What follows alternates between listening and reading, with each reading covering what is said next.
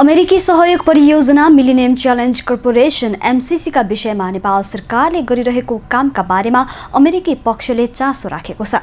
आइतबार उपप्रधान एवं रक्षा मन्त्री ईश्वर पोखरेललाई भेटेर नेपालका लागि अमेरिकी राजदूत रेन्डी बेरीले एमसीसी का विषयमा चासो राखेका हुन्। सत्तारूढ दल नेकपाकै नेताहरू एमसीसी अनुमोदन गर्न हुने र नहुने पक्षमा विभाजित भएका बेला राजदूत बेरीले भेट गरेका हुन्। गत जेठ 16 गते संसदबाट एमसीसी पारित गरिसक्नुपर्ने भए पनि पारित हुन नसकेपछि नेपालले गरेको आन्तरिक तयारीबारे राजदूत बेरीले उपप्रधानमन्त्रीलाई भेटेर यसबारे जानकारी लिएका छन्।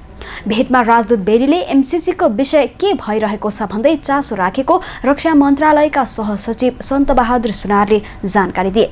भेटमा बेरीले विश्वका अन्य देशहरूबाट माग भइरहेको सन्दर्भमा नेपालले किन ढिला गरिरहेको छ भन्दै चासो राखेको सहसचिव सुनारको भनाइ छ।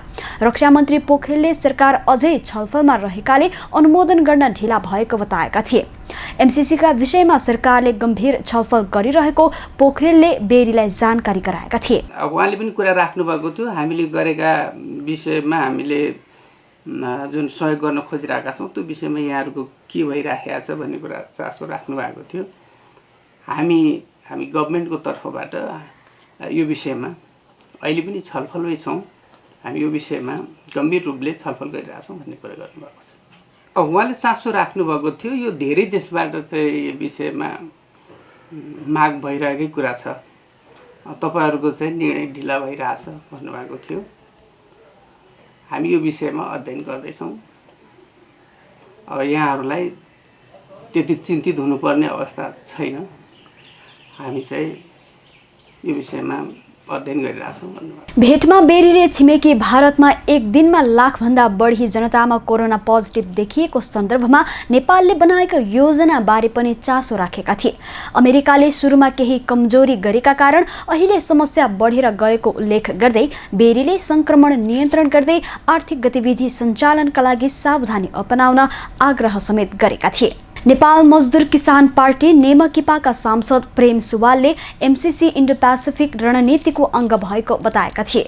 सांसद सुवालले केन्द्रबिन्दुसँग विशेष अन्तर्वार्ता दिँदै एमसीसी इन्डो पेसिफिक रणनीतिको अङ्ग भएको बताएका हुन्। सांसद सुवालका अनुसार अमेरिकी रक्षा विभागको भिजन प्रकाशित गरिएको छ। सो भिजनको पेज नम्बर 4 मा अमेरिकी विदेश सचिवको सन्देश उल्लेख गरिएको छ। उक्त सन्देशमा अमेरिकी राष्ट्रपति डोनाल्ड ट्रम्पको भनाइ उल्लेख गर्दै हिन्द प्रशान्त रणनीति भनेको हिन्द प्रशान्त क्षेत्रका देशहरूको सैन्य गठबन्धन हो भन्ने स्पष्ट लेखिएको उनको दाबी छ। कुनै पनि राष्ट्रवादी पार्टीले एमसीसी जस्तो राष्ट्रघाती सम्झौता स्वीकार गर्न नसक्ने उनले बताएका थिए। साथै अमेरिकी राजदूतावास मार्फत एमसीसी सम्झौता राष्ट्रिय हित विपरीत भएकाले तत्काल खारेज गर्न अमेरिकी सरकारलाई नेमकिपाले पत्र लेख्दै आग्रह गरेको सांसद सुवालको भनाइ थियो। अमेरिकी रक्षा विभागको भिजन भन्ने छ, प्रकाशित भएको त्यो वेबसाइटमै छ। त्यो भिजनको 4 पेजमा अमेरिकी विदेश सचिवको एउटा सन्देश छ। त्यो सन्देशमा अमेरिकी राष्ट्रपति ट्रम्पको भनाइ उल्लेख छ। अमेरिकी राष्ट्रपति ट्रम्पले त्यहाँ के भनेको छ भन्दाखेरि हिन्द प्रशान्त रणनीति भनेको हिन्द प्रशान्त क्षेत्रका देशहरूको यो सैन्य गठबन्धन हो भनेर सिधै लेखिएको छ। अमेरिकी राष्ट्रपतिले बोलेको कुरा त्यहाँ उद्धृत गरिएको छ, हिन्द प्रशान्त देशहरूको सैन्य गठबन्धन। र त्यही भिजनको पृष्ठ 14 मा हिन्द प्रशान्त क्षेत्रका देशहरूलाई अमेरिकाले एमसीसी मार्फत 2004 सालदेखि सहयोग गर्दै आएको भनेर लेखेको छ। भनेपछि हिन्द प्रशान्त रणनीति भनेको अमेरिकी नेतृत्वको सैन्य गठबन्धन, त्यसलाई सहयोग गर्ने अमेरिकी निकाय भनेको एमसीसी मिलेनियम च्यालेन्ज कर्पोरेसन स्पष्ट छ नि। त्यसकारण एमसीसी जसले समर्थन गर्छ त्यो देशभक्त हुनै सक्दैन। नेपाल अमेरिकी सैन्य गठबन्धनमा जान मिल्छ? अमेरिकाको लागि नेपालले बन्दुक बोक्न मिल्छ? त्यस्तै नेपाली कांग्रेसका युवा नेता गगन थापाले एमसीसी सम्झौता पहिलेको सरकारले गरेको सम्झौता हो भनेर अहिलेको सरकारलाई पारित गर्नै पर्छ भन्ने कुनै बाध्यता नभएको बताएका छन्। केन्द्रबिन्दु अनलाइनसँग विशेष अन्तर्वार्ता दिँदै नेता थापाले एमसीसी सम्झौता नेपाल र नेपालीको हितमा भए मात्र पारित गर्ने र राष्ट्र हितमा नभए खारेज गर्न सक्ने अधिकार भएको बताए। अब यो गिजो लिएर सकिसक्यो। त्यसैले अब यो विषयको बारेमा उहाँहरूको नेपाल कम्युनिस्ट पार्टीको बैठकमा मेरो त उहाँलाई अर्को आग्रह छ। यो पनि तपाईँहरूलाई गर्ने भन्ने ठिक लाग्छ, देशको हितमा छ भन्ने लाग्छ ल्याउनुहोस्, छैन भन्ने लाग्छ खारेज गरिदिनुहोस्, रोकिदिइहाल्नुहोस्, केही फरक पर्दैन।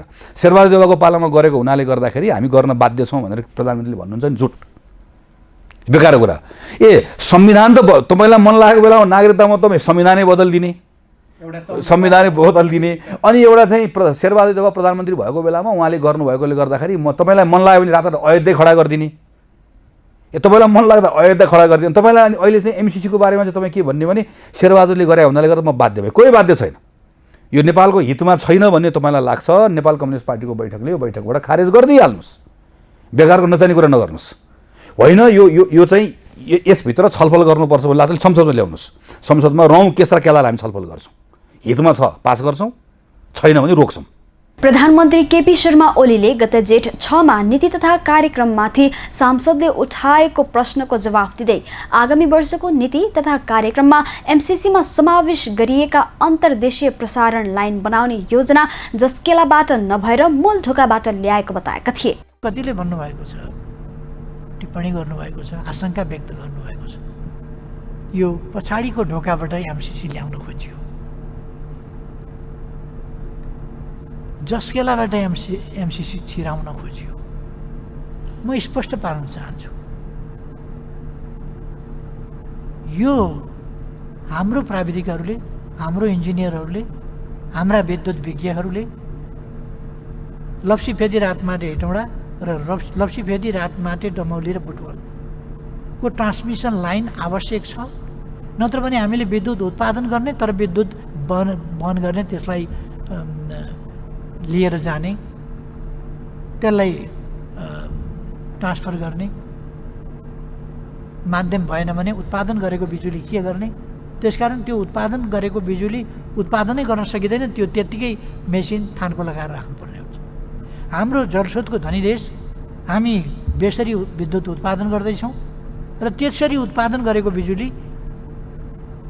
अनि ट्रान्समिसन लाइन चाहिएन।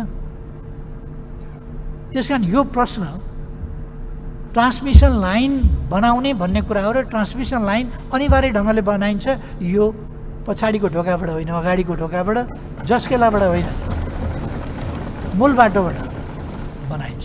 त्यस्तै बिहिबार राष्ट्रिय सभा सदस्यहरूले उठाएको प्रश्नको जवाफ दिँदै ओलीले एमसिसीलाई राम्ररी अध्ययन गरेर मात्रै आफ्नो धारणा राख्न आग्रह गरेका थिए। केहीहरूले हल्ला चलाएका छन्, पढ्न अल्छी लाग्छ कि क्या हो। एमसिसी पढेका मान्छे मैले त्यति भेटिनँ। एमसिसी सम्झौता खोजेर ल्याएर पढे हुन्छ,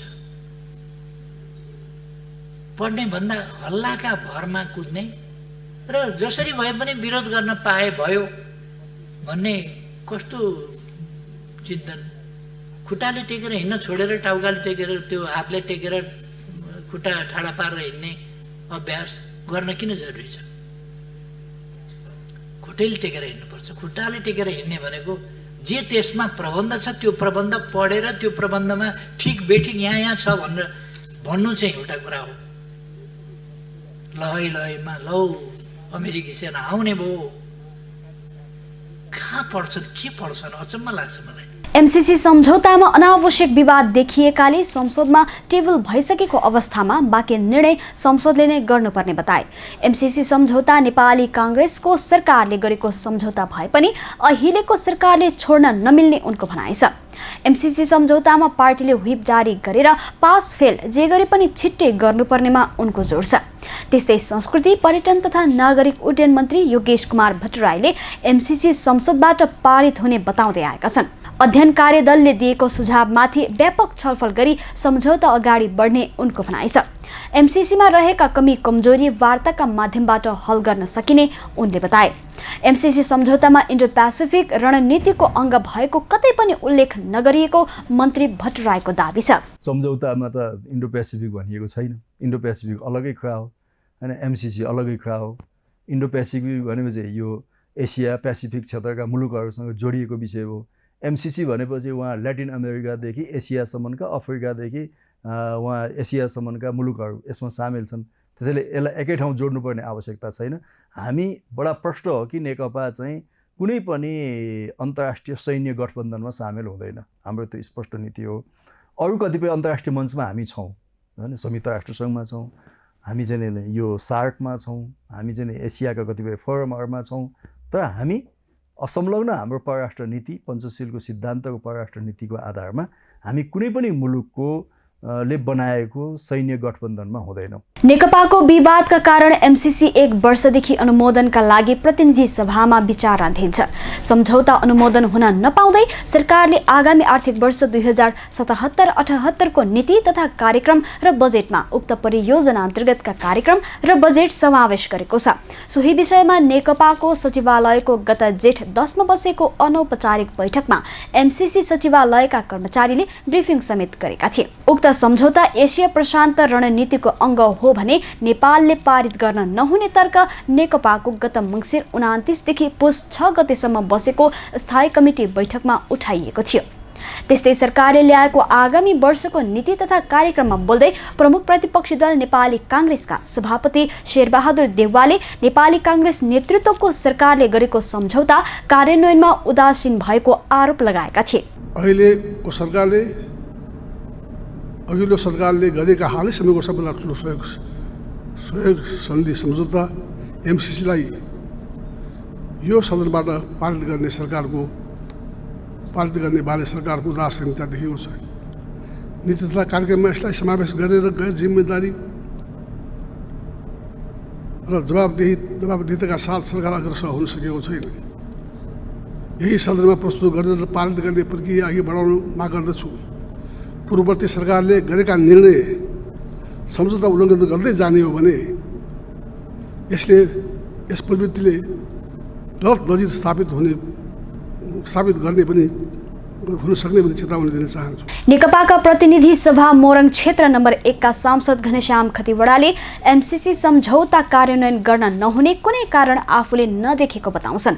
एमसीसी सम्झौतामा उल्लेख गरिएको अन्तर्देशीय प्रसारण लाइन र बाटो निर्माण गर्दा अमेरिकी सैनिक कसरी आउँछ भन्ने आफूले बुझ्न नसकेको उनको भनाइ छ। यो विवाद गर्नेहरूले जान्नुहोस्, मैले एमसीसी को डकुमेन्ट पढ्दाखेरि हामीले सांसदहरूले पनि माग गर्यौं, कतिपय अंग्रेजी बुझेनौँ होला, यसलाई नेपाली ट्रान्सलेट गरेर ल्याउँ, अंग्रेजी पनि राखौँ। दुईटै भर्सनको पढ्दाखेरि पनि त्यो बिजुलीको तार टाङ्ने कुरा र रोड बनाउने कुराबाट कहाँबाट भारतीय त्यो अमेरिकी सेना त्यहाँ आउँछ मैले देखिरहेको छैन त्यहाँ। तर नेकपाका स्थायी कमिटी सदस्य डाक्टर भीम रावल सदनबाट एमसीसी सम्झौता अनुमोदन हुन बाँकी रहेको अवस्थामा सरकारको नीति तथा कार्यक्रममा राख्नु अनुचित भएको बताउँछन्। सदनले अनुमोदन नगरेको अवस्थामा एमसीसी कार्यान्वयनमा ल्याउन खोज्नु नेपालको संविधानको धारा 279 विपरीत भएको नेता रावलको दाबी छ।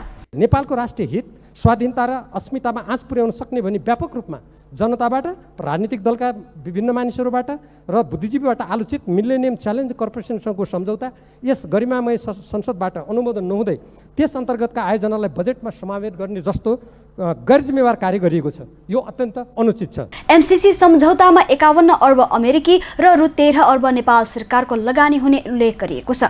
दुई पक्षबीच सन् 2017 सेप्टेम्बर 14 मा नेपालका तर्फबाट तत्कालीन अर्थमन्त्री ज्ञानेन्द्र बहादुर कार्की र एमसीसी का कार्यवाहक प्रमुख कार्यकारी अधिकृत जोनाथन नासबीच सम्झौता गरिएको थियो। नेपालको ऊर्जा र यातायात क्षेत्रको विकासका लागि सञ्चालित एमसीसी प्रतिनिधि सभा र राष्ट्रिय सभाबाट छुट्टा छुट्टै पारित गर्नुपर्ने सम्झौतामा उल्लेख गरिएको छ। संसदबाट पारित गर्न गत वर्षको असार 31 मा संघीय संसद सचिवालयमा एमसीसी प्रस्ताव दर्ता गरिएको थियो। अहिले संसदमा विचाराधीन एमसीसी प्रस्ताव प्रधानमन्त्री केपी शर्मा ओली र प्रमुख प्रतिपक्षी दल नेपाली काङ्ग्रेस 6औं अधिवेशनबाट पारित गर्ने पक्षमा भए पनि पारित हुन सकेको थिएन। एमसीसी सम्झौतामा काठमाडौँको लप्सीफेदीदेखि नुवाकोटको रातामाटेसम्म, नुवाकोटको रातामाटेदेखि हेटौडासम्म, रातामाटेदेखि दमौलीसम्म, दमौलीदेखि बुटवलसम्म र बुटवलदेखि भारतको सिमानासम्म 400 केभी क्षमताको प्रसारण लाइन निर्माण तथा रातामाटे, दमौली र बुटवलमा 3 विद्युत सबस्टेसन निर्माण गर्ने उल्लेख गरिएको छ। साथै पूर्व पश्चिम राजमार्गको कपिलवस्तु जिल्लाको चन्द्रौटादेखि दाङको लमही हुँदै बाँके र दाङको शिवखोलासम्म 100 किलोमिटर सडकको स्तरोन्नति गर्ने उल्लेख गरिएको छ। Hit the like button and subscribe to Kendrabindu TV and don't forget to press the bell icon so you don't miss any updates. Keep watching and keep supporting.